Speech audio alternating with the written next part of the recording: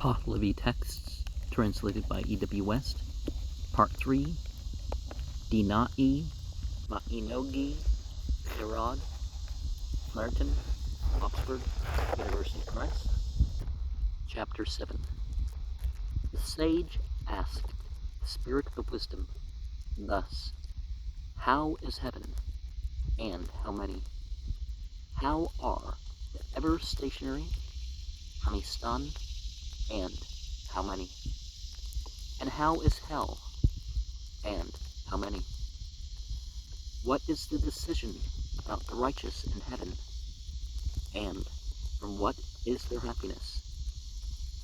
What are the misery and affliction of the wicked in hell? And what and how is the decision about those who are among the ever-stationary?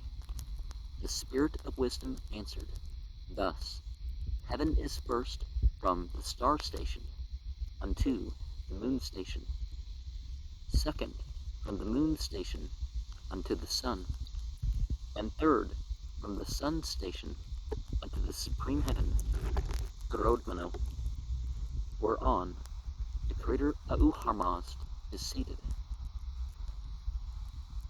Of heaven, the first part is that of good thoughts, Humanto. The second is that of good words, Hukto. And the third is that of good deeds, Huvarsto. The righteous in heaven are undecaying and immortal, unalarmed, undistressed, and undisturbed. And everywhere their Yosong has at all times, which may be correct, as das means both time and place. It should be noticed, however, that the word used in verse 15 is daman, which means time only. They are full of glory, fragrant and joyful, full of delight and full of happiness, and at all times a fragrant breeze and a scent which is like sweet basil come to meet them, which are more pleasant than every pleasure and more fragrant than every fragrance. For them also there is no satiety, owing to the existence in heaven, and their sitting and walking, perception and enjoyment are with the angels and archangels, and the righteous forever and everlasting. Regarding the ever-stationary, it is declared that they are from the earth unto the star station, and its affliction for them is then. Their Yosong has their affliction is otherwise, by mistaking the Husvaris Adinas son, then it's for them. For supposed Hazand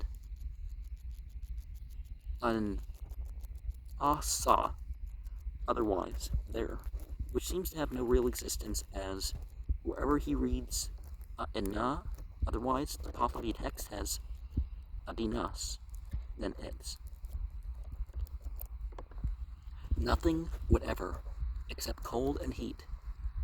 Of hell, the first part is that of evil thoughts, dus humato. The second is that of evil words, dus hukto. And the third is that of evil deeds, dus huvarsto.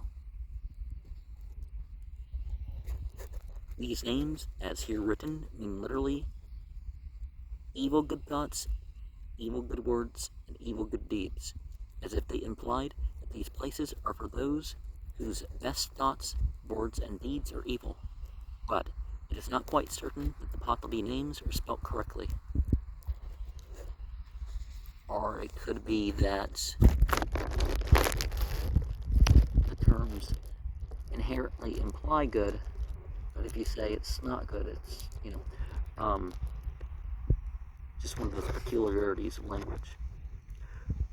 With the fourth step, a wicked person arrives at that which is the darkest hell, and They lead him forwards to the vicinity of Aharman, the wicked, and Aharman and the demons. Thereupon make ridicule and mockery of him. Thus, as already stated in chapter 2, verses 183 to 186, what was thy trouble and complaint as regards Aharmazd, and the archangels, and the fragrant and joyful heaven, when thou approachest for a sight of us, and gloomy hell, although we cause thee misery therein, and do not pity? And thou shalt see a misery of long duration, and afterwards they execute punishment, and torment of various kinds upon him. There is a place, L19 he is experienced, as in verse 27 to 30, on Canary Song, having read the knock, knowing experienced instead of the knock a place. And we're in verse 27, by the way. Where, as to cold, it is such as that of the coldest frozen snow. Literally, stone possessing stony, if we read Sangar, as it seems most plausible, but we might read Sokar and consider the Persian Kasar, or Kasar, ice, as a corruption of it by transposition. L19 has ice, Yah, and snow. It would be interesting if the term Yahweh kind of relates to the term for ice, but actually relates to an ancient Egyptian formula. So, stony possessing snow. There is a place where, as to heat, it is such as that of the hottest and most blazing fire. There is a place where noxious creatures are gnawing them, just as a dog does the bones. There is a place whereas the stench it is such that they stagger about. Bara, Larzend, L19 has Be, Razend, they vomit up, which is evidently a misreading, and fall down, and the darkness is always such like, as though it is possible for them to seize upon it with the hand, even in darkness which may be felt,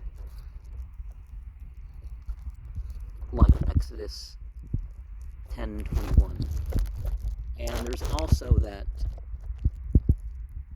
dark matter experience, you could call it, that pressing in from every direction that sometimes hits the mystic in the middle of the rituals or spiritual life or whatever. The typical thing in mythology is earth, star, moon, sun, and then, the greater, if there is that. But in reality, well, I mean, the sun, the Earth's the most relevant to our existence as an incarnate being. But obviously, pretty much any star that we can see is bigger and more powerful than the sun. And some languages, the talk about God on the throne, here we have it like there's a world.